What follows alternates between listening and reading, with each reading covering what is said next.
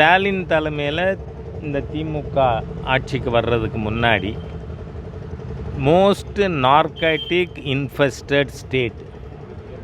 போதைப் பொருள்னால் வெறும் சாராயம் மட்டும் இல்லை, அது சர்க்காரி விற்குது. மெத்தபிட்டமின் போன்ற சிந்தட்டிக் ட்ரக்ஸு. சங்கரங்கோவிலில் ஒரு போதை ஒழிப்பு மாநாடு நடக்குது, பொதுமக்கள் பொது அமைப்புகள் நடத்தினது. அங்கே நம்ம மேதகு ஆளுநர் ஒரு கேள்வி கேட்டார். தமிழக காவல்துறை இன்னி வரைக்கும் 1 கிராமாவது சிந்தட்டிக் ட்ரக்கு பிடிச்சிருக்கீங்களா? கஞ்சா பிடிக்கிறீங்க, 1 கிராமாவது சிந்தட்டிக் ட்ரக்கு பிடிச்சிருக்கீங்களா?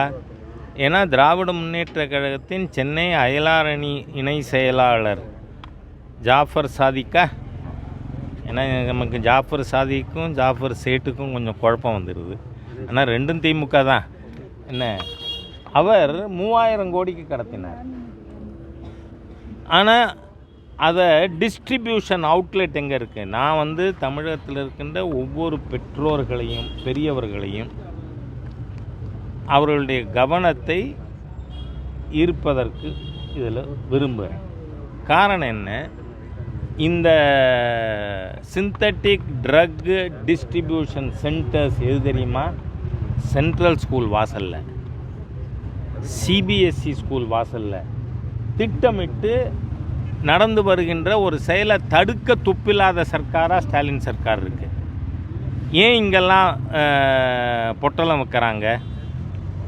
ஏன்னு சொன்னால், இங்கெல்லாம் தான் நம்ம ஐஏஎஸ் ஆஃபீஸர்களோட குழந்தைகள், நம்ம ஐபிஎஸ் ஆஃபீஸர் குழந்தைகள், நம்ம அரசு அதிகாரிகள் குழந்தைகள், நம்ம படித்த டாக்டர்கள், இன்ஜினியர், ஆடிட்டர், ஆர்கிடெக்ட், இவங்க குழந்தைகளெல்லாம் போதையிலே முடக்கி போட வேண்டும் என்று திட்டமிட்டு ஸ்டாலின் அரசாங்கத்தின் கீழ் இந்த செயல் தடுக்கப்படாமல் நடக்குது.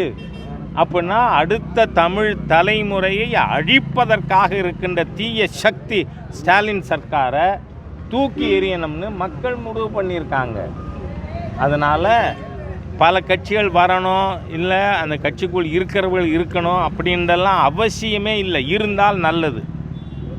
என்ன, யூனிட்டி இஸ் ஸ்ட்ரெங்க். ஆனால் மக்கள் முடிவு செஞ்சுருக்காங்க, இந்த ஊழல் போதை ஆட்சியை, அதுவும் சயின்டிஃபிக்கலி லூட்டிங் தமிழ்நாடு டிஎம்கேங்கிறது எப்படி? வாட்ஸ்அப்பில் 10 ரூபா நோட்டை அனுப்பி அந்த நம்பரை கொடுத்து 30 லட்சம் 25 லட்சம் ஒரு அப்பாயின்மெண்ட்டுக்கு வாங்குகிற எவ்வளவு விஞ்ஞான முன்னேற்றம் இன்றைக்கி திமுகவோட ஊழல். என்ன, முந்தானதான் வெளில வந்திருக்கு. ஆனால் எனக்கு ஒரு சந்தேகம், நீங்கள் நண்பர்கள்லாம் தொலைக்காட்சி ஊடகத்துலேருந்து வந்திருக்கீங்க, நேற்றுக்கு இது பற்றி தொலைக்காட்சி விவாதங்கள் நடந்துதா? நடக்கலை. ஏன்? ஊடகங்களே அறிவாலய ஆர்வலராக மாறிட்டீங்களோன்னு. நான் அந்த அறிவாலய அடிமைங்கிறத நான் மாற்றிக்கிட்டேன், உங்களை காயப்படுத்தக்கூடாதுன்னு. என்ன அப்படின்னு தோணுது. ஆகவே ஒரு இழிந்த ஆட்சி. அது மட்டும் இல்லை, இப்போது இன்றைக்கி நாளையிலிருந்து தீவிர வாக்காளர் திருத்த பணி துவங்குது. இது முதல் தடவை நடக்குதா? சுதந்திர இந்தியாவில் இது 11வது முறை. 10வது தடவை எப்போ நடந்தது? 2002 2004 காலகட்டத்தில். 10 தரம் ஆட்சேபனையில் இப்போ 11வது தரத்தில் என்ன ஆட்சேபனை? என்ன பயம்? இந்த 21 வருஷமாக இறந்தவர்கள் வாக்காளர் பட்டியலேருந்து நீக்கலை, திமுக ஓட்டர்ஸை நீக்கலைன்னு ஸ்டாலினுக்கு பயம். செத்தவனெல்லாம் நமக்கு ஓட்டு போடுவான், அவன் ஓட்டர் லிஸ்ட்டில் வச்சுருக்கோம், அதை போய் இவங்க சரி பண்ணிவிடுவாங்களா? அந்த பயம்தானே. ஏன்னா ஆர்கே நகரில் நீங்கள் மேடம் ஜெயலலிதா அவர்கள் போட்டி போடும்பொழுது 40,000 போலி வாக்காளர் இருக்குன்னு ஸ்டாலின் தானே சொன்னார். கோர்ட்டு வர போனார்.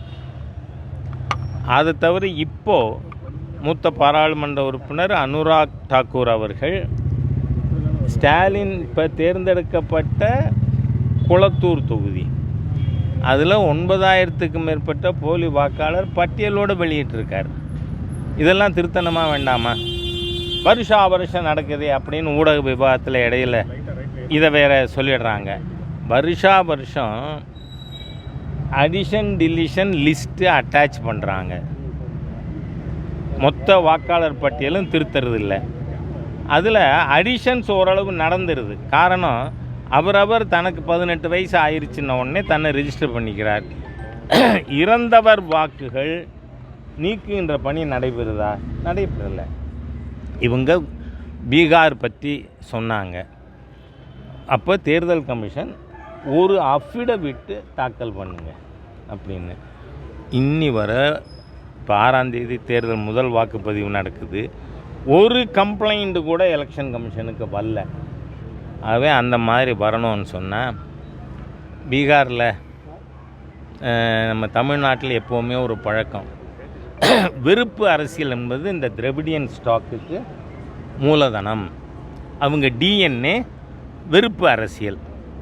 அவங்க என்ன பண்ணாங்க, நம்ம அந்த காலத்தில் நான் 64 3ஆம் கிளாஸ் படிக்கிறத அவங்களோட ஊர்வலம் கேட்டிருக்கேன்.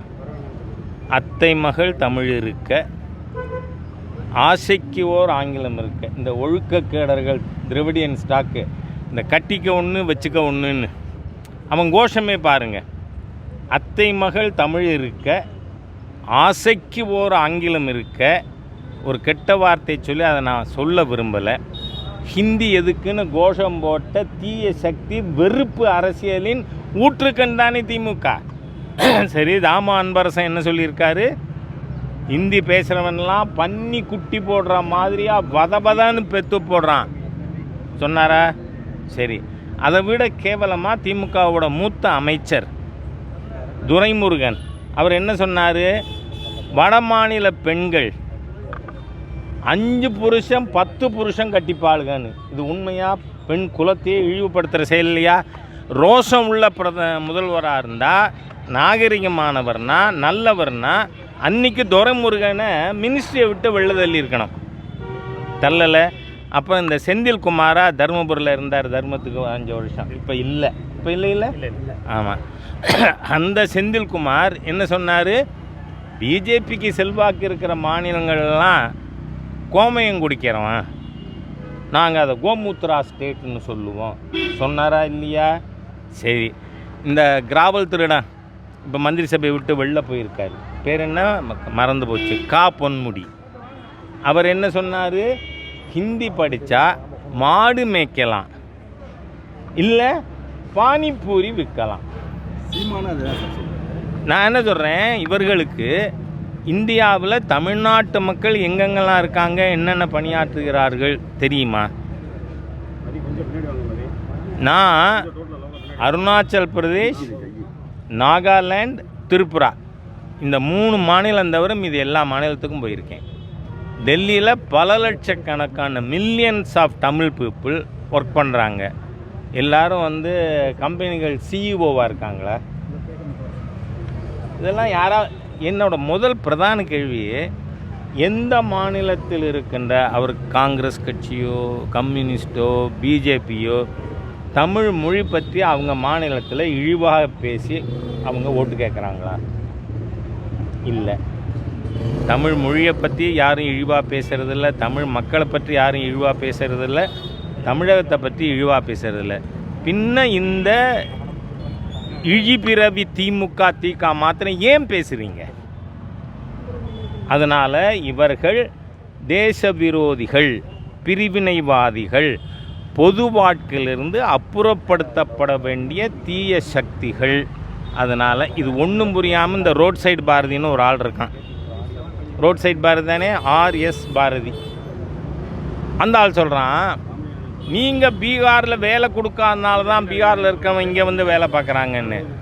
அப்போ டெல்லியிலையும் மும்பையிலையும், மும்பை தாராவி முழுக்க தமிழ் மக்கள். நான் தாராவி, மாட்டுங்கா, சைன் கோலிவாடா எல்லா தொகுதிகள்லேயும் வீதி வீதியாக ஓட்டு கேட்டவன். அங்கே மில்லியன்ஸ் ஆஃப் தமிழ்ஸ் இருக்காங்களே. இந்த திராவிடியன் ஸ்டாக்கு வேலை கொடுக்க துப்பு கட்ட காரணத்தினால இவங்கெல்லாம் அங்கே போயிருக்காங்களா? இல்லை, இவங்க அறிவு கட்டவன்லாம் நானா அவங்க உண்மையான இதோடு இருக்காங்க. காரணம் என்ன, நான் 69 ஈவேரா அவர்கள் காரைக்குடியில் பொதுக்கூட்டம் பேசி கேட்டிருக்கேன். அவர் சொல்வார், எனக்கு முட்டா பசங்க தான் வேணும். ஒன்று எதிர்த்தாப்புல இருக்கிற எல்லா முட்டா பயிலும் கை தட்டுவான். என்னை தவிர. காரணம் என்னென்னா, நான் அந்த முட்டாள் கேட்டகரியில் வரமாட்டேன்னு தெரியும் எல்லாருக்கும். ஆகவே இந்த ஸ்டாலின் தலைமையில் இருக்கிற கட்சி ஆட்சி மிகப்பெரிய தீய சக்தி, தேச விரோதிகள், பிரிவினைவாதிகள், பொய்யர்கள். ஏன்னா மாண்புமிகு பிரதமர் திராவிட முன்னேற்ற கழக தலைவர்கள்னு சொன்னார். தமிழனை சொல்லிவிட்டார். எங்கே தமிழ்னு சொன்னார்? Are you not a layer, chronic layer? Stalin அரசியல் வாழ்க்கையில் இருக்க அருகதை உள்ளவரா? பொய்யர் இல்லையா? ஆகவே இந்த தீய சக்திகளை தூக்கி எறிவார்கள். நன்றி. உச்சநீதிமன்றம் போறதா இருக்காங்க. யார் ஏற்கனவே தீர்மானங்கிறது ஒன் மோர் வேஸ்ட் பேப்பர். ஏன்னா ஏற்கனவே பீகார் விஷயத்தில் எஸ்ஐஆர் பற்றி சுப்ரீம் கோர்ட்டு தீர்ப்பு கொடுத்துருக்கா இல்லையா? அதுக்கப்புறம் எலெக்ஷன் கமிஷன். நான் இன்னொரு விஷயத்தையும் சொல்ல விரும்புகிறேன். இதுக்கு எதிராக பேசுகிறவங்க கொஞ்சம் புரிஞ்சு பேசுங்க. நீங்கள் உங்கள் கட்சியை தேர்தல் கமிஷனில் ரிஜிஸ்டர் பண்ணும் பொழுது நாங்கள் தேர்தல் கமிஷன் விதிமுறைகளுக்கு உட்பட்டு நடந்து கொள்வோம்னு டிக்ளரேஷன் கொடுத்துருக்கீங்க. அதுலேருந்து மாறினீங்கன்னா உங்கள் அங்கீகாரமே ரத்து பண்ண வாய்ப்பு இருக்குது. அதனால் ஸ்டாலின் அனாவசியமாக பேசுகிறான். இவர் அப்படி பண்ண மாட்டார், தெரியும் எனக்கு ஸ்டாலினை பற்றி. எங்கள் அப்பா மவனை சிங்கண்டா, எங்கள் அப்பா மவனை சிங்கண்டா அப்படியே போயிடுவார்.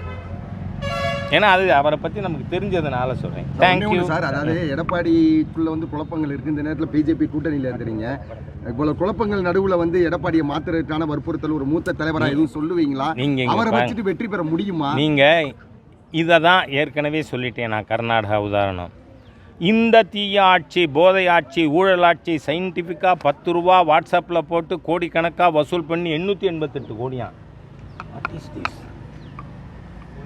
இதை தூக்கி எறியணும்னு ஒரு தமிழ் மக்கள் முடிவு பண்ணலைன்னா தமிழ் மக்கள் பொலிட்டிக்கலி லைவ் இல்லை. அதனால் இது எதை பற்றியும் கவலை இல்லை. இந்த ஸ்டாலினின் ஊழல் ஆட்சி, தீய ஆட்சி, பிரிவினைவாத ஆட்சி, தேச விரோத ஆட்சி தூக்கி எறியப்படணும். அவ்வளவுதான். அது மக்கள் செய்வாங்க.